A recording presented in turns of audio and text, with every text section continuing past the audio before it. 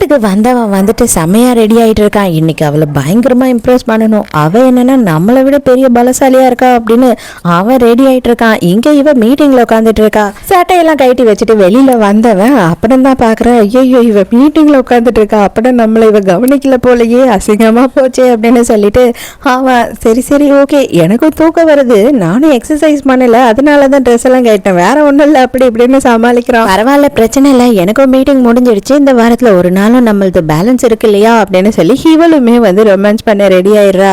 இங்க அதே நேரத்துக்கு அண்ணனையும் தங்கச்சியும் காட்டுறாங்க. இங்க இவன் பயங்கர ஸ்ட்ரிக்டா இருக்கான். அவளுக்கு காய்கறி கூட பிடிக்காது போல, அதெல்லாம் நீ சாப்பிட்டே ஆகணும் அப்படின்னு சொல்லி திட்டிக்கிட்டு இருக்கான். இவ பண்ற எல்லா விஷயமும் வந்து அவனுக்கு கியூட்டா தெரியுது கண்ணுக்கு. ஆனாலும் அவன் வந்து இவகிட்ட ஓப்பனா வேற சொல்லிட்டான் இல்லையா, ரொம்ப ஸ்ட்ரிக்டா வாரத்துல 2 நாள் தான்ட்டு.